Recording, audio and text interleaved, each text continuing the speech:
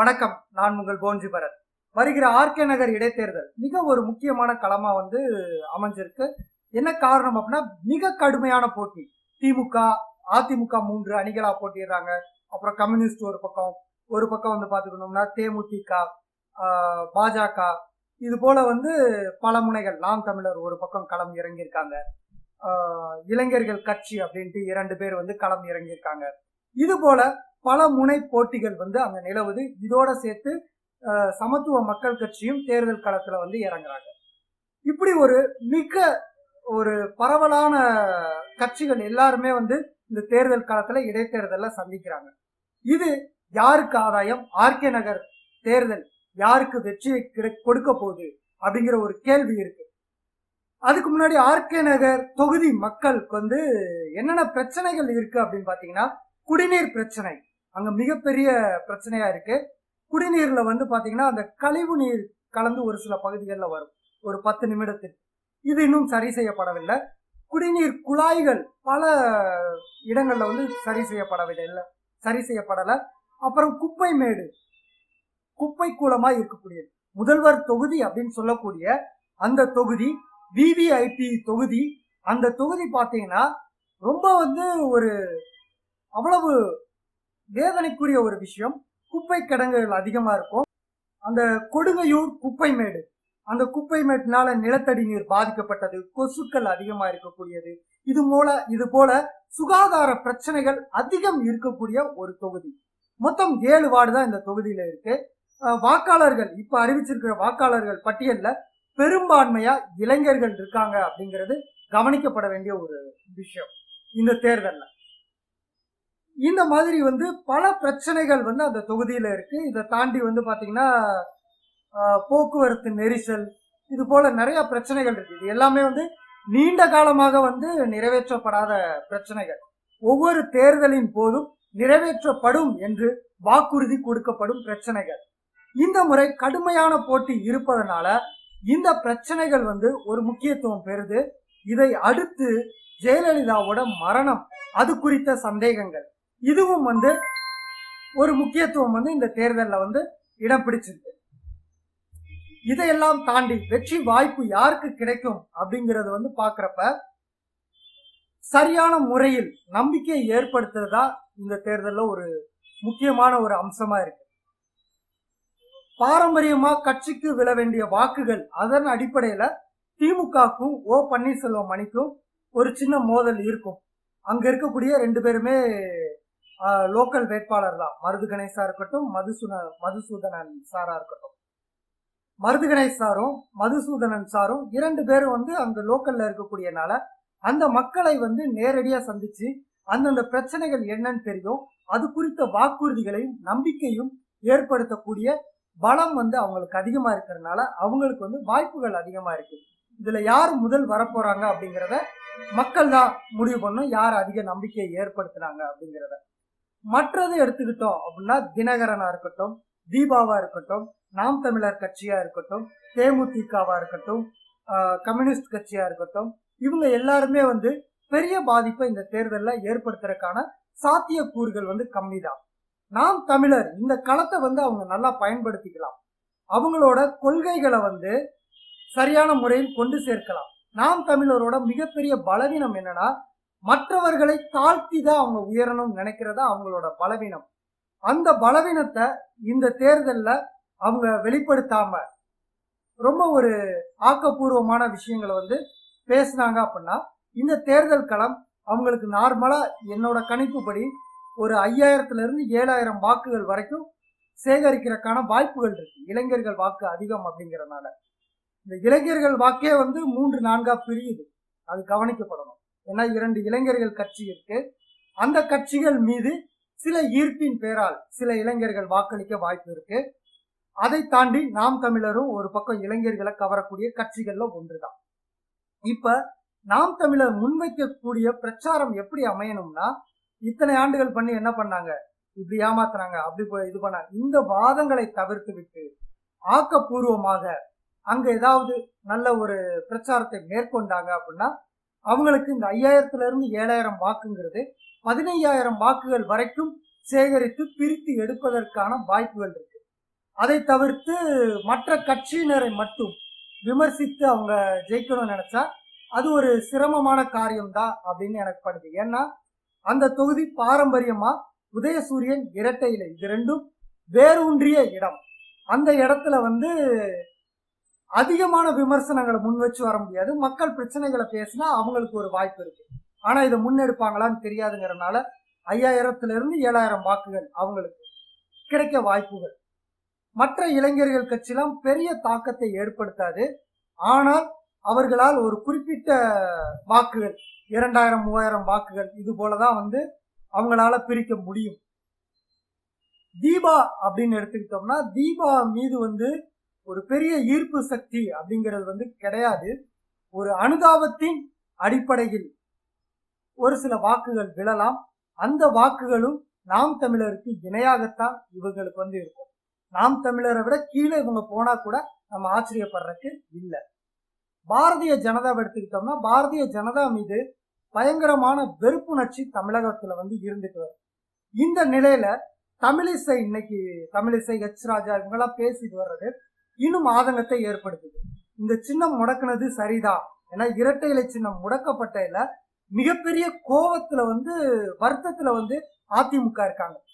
இந்த நிலையில அவங்க என்ன வார்த்தைகளை உபயோகப்படுத்துறாங்கன்னா, முடக்குனது சரிதான், இரட்டை இலை சின்னத்தை பார்த்து பார்த்து ஓட்டு போறது முட்டாள்தனம், சின்னத்தை பார்த்து மக்கள் ஓட்டளிக்க கூடாது அப்படிங்கிறாங்க. அப்படி சொல்லக்கூடிய தமிழிசை இந்த இடைத்தேர்தல்ல நாங்க தாமரை சின்னம் இல்லாம மாற்று சின்னத்தில் போட்டியிடுகிறோம், எங்கள் வேட்பாளரை பார்த்து வாக்களியுங்கள் அப்படின்ட்டு அவங்க சொல்லல. அப்ப இரட்டை இலை சின்னம் முடக்கப்பட்டது சரிதான், நாங்க ஜெயிச்சிருவோம் அப்படின்ட்டு அந்த இரட்டை இலை முடக்கத்தை நியாயப்படுத்தும் விதமாக பல விஷயங்களை அவங்க முன்னிறுத்துறது அங்க இருக்கக்கூடிய மக்கள் மத்தியில ஒரு அதிருப்தியை ஏற்படுத்தும். ஏற்கனவே பாரதிய ஜனதா மீது அதிருப்தியில தான் இருக்காங்க. இது எல்லாமே பாக்குறப்ப பாரதிய ஜனதா கட்சிக்கு அங்க இருக்கக்கூடிய தொண்டர்கள் வாக்கு தான் வருமே தவிர பொதுமக்கள் வாக்கு வருவதற்கு சாத்தியமே கிடையாது. சரத்குமார் எடுத்துக்கிட்டோம்னா அந்த ஜாதி ரீதியான வாக்குகள் அங்க 35,000 வாக்குகள் நாடார் சமூக வாக்கு. இந்த 35,000 வாக்குகள்ல ஒரு குறிப்பிட்ட சதவீதத்தை இவர் பிரிப்பார். ஏன்னா அங்க இன்னொரு தரப்பினர் நாராயணன் சார் எங்க ஆதரவு தெரிவிச்சிருக்காருன்னா திமுக. அப்ப நாடார் வாக்குகள் எப்படி பிரியுதுன்னா, ஒரு பக்கம் திமுகவிற்கும் ஒரு பக்கம் சமத்துவ மக்கள் கட்சிக்கும் வருது. சமத்துவ மக்கள் கட்சி தனி பெரும்பான்மையா நமக்கு மக்கள் கிட்ட எந்த அளவு சக்தி இருக்கு அப்படிங்கிறத தெரிஞ்சுக்கிற களம் தான் இது.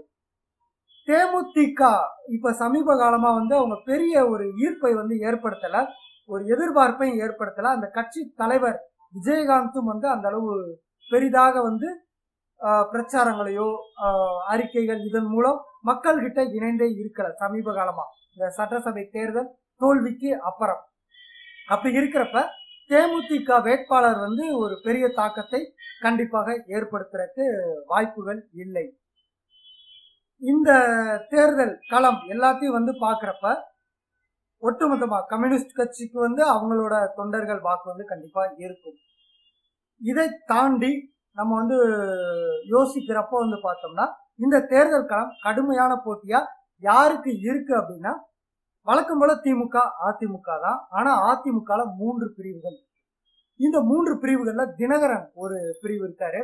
தினகரனை பொறுத்த வரைக்கும் அவங்களுக்கு மிகப்பெரிய டிராபேக் என்ன அப்படின்னா, சசிகலா மேல இருக்கக்கூடிய அதிருப்தி. இந்த அதிருப்தியை கண்டிப்பா எதிர்த்து நிக்கிறவங்க அறுவடை கண்டிப்பா பண்ணுவாங்க. இந்த அறுவடையில யார் அதிகமா அறுவடை அந்த வாக்குகளை பண்ண போறாங்க அப்படிங்கறதான் போட்டி. அந்த போட்டியில திமுகவிற்கும் ஓ பன்னீர்செல்வம் அணிக்கும் தான் போட்டி இருப்பது போல் எனக்கு இப்போதைக்கு அந்த மக்கள் மனநிலை பாக்குறப்ப தெரியுது. திமுக தரப்புல மருது கணேஷ் அவர் கொடுக்கக்கூடிய வாக்குறுதி மீதும் மக்களுக்கு நம்பிக்கை வரும். ஏனென்றால் எளிமையாக மக்கள் அந்த தொகுதி மக்கள் சந்திக்கக்கூடிய ஒரு வேட்பாளராக இருப்பது இது திமுகவோட பலம். அதனால அவங்களோட வாக்குகள் சிதற வாய்ப்பு இல்லை, மற்ற வாக்காளர்களை கவர்வதற்கு தான் வாய்ப்பு இருக்கு. அதே போல மதுசூதனன் அந்த பகுதியில நீண்ட காலமாக மக்கள் எளிமையாக சந்திக்கக்கூடிய ஒரு நபரா இருந்திருக்காரு. அனைத்து இந்திய அண்ணா திராவிட முன்னேற்ற கழகத்திலையும் ஒரு நல்ல ஒரு முக்கியத்துவம் வாய்ந்த ஒரு தலைவரா இருக்காரு. இந்த மாதிரி சூழ்நிலையில அவரும் பொதுமக்கள் வாக்குகளை கவருவதற்கு அதிக வாய்ப்புகள் இருக்கு. இந்த 2 பேருக்கு தான். மற்றவங்க எல்லாம் மற்ற வாக்காளர்களை கவர்வதற்கு வாய்ப்புகள் இல்லை. அந்தந்த தொண்டர்கள் அளிக்கும் வாக்குகள் தான் மற்ற வாக்காளர்களை கவர்ந்து இழுக்கக்கூடிய தகுதியில நாம் தமிழர் அந்த களத்துல இருக்காங்க அப்படிங்கறத மறுக்க முடியாது. இந்த தேர்தல்ல நாம் தமிழர் முதல் 2 அணிகளுக்கு அடுத்து 3வது அணியா இடம் பிடிக்கிற கூட வாய்ப்புகள் அதிகமா இருக்கு அப்படிங்கிறது என்னோட தனிப்பட்ட கருத்து. இதை தாண்டி அங்க கட்சி தொண்டர்கள் அதிகமா இருக்கக்கூடியவங்க ஏதாவது கட்சி வேணா வர்ற வாய்ப்பு இருக்கு. ஆனா நாம் தமிழருக்கு இந்த தேர்தல் தங்களை அடுத்து முன்னிறுத்துவதற்கு ஒரு அற்புதமான களமா அமைஞ்சிருக்கு. அதை எப்படி பயன்படுத்த போறாங்கன்னு நமக்கு தெரியல. முக்கியமான விஷயம், நாம் தமிழருக்கு இருக்கக்கூடிய மிக முக்கியமான டிராபேக் என்னன்னா, எல்லாரையும் கடுமையா விமர்சிக்கிறது. இந்த கடுமையான விமர்சனத்தை தவிர்த்து கொஞ்சம் நாசுக்கா நகைச்சுவையா அவங்க அந்த விமர்சனத்தை முன்னிறுத்தினாங்கன்னா கண்டிப்பா ஒரு ஈர்ப்பு ஏற்படும். அந்த ஈர்ப்பை அவங்க இந்த தேர்தல்ல கொண்டு வருவாங்களான்னு தெரியல. ஏன்னா அவங்களோட சிந்தனை எல்லாம் பார்த்தா தமிழன் தெலுங்கன் இந்த பாக பிரிவினை இருக்கக்கூடாது. ஏன்னா தெலுங்கர்கள் வாக்கு அந்த பகுதியில அதிகம். இதை நாம் தமிழர் நினைவில் வச்சுக்கணும்.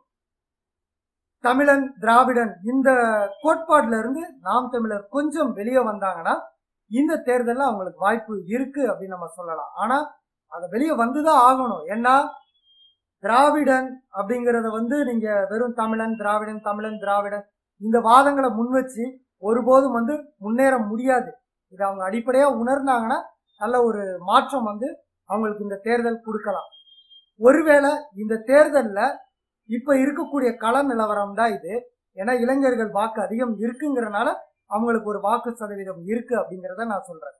இதை தாண்டி அவங்க திராவிடம்னு அதிகமா பேசி ஒரு வெறுப்புணர்ச்சியை இந்த தேர்தலிலும் ஏற்படுத்தினால் அவர்களுக்கு கிடைக்கக்கூடிய வாக்குகள் கண்டிப்பாக திமுக அதிமுகவுக்கு தான் சிதறும்.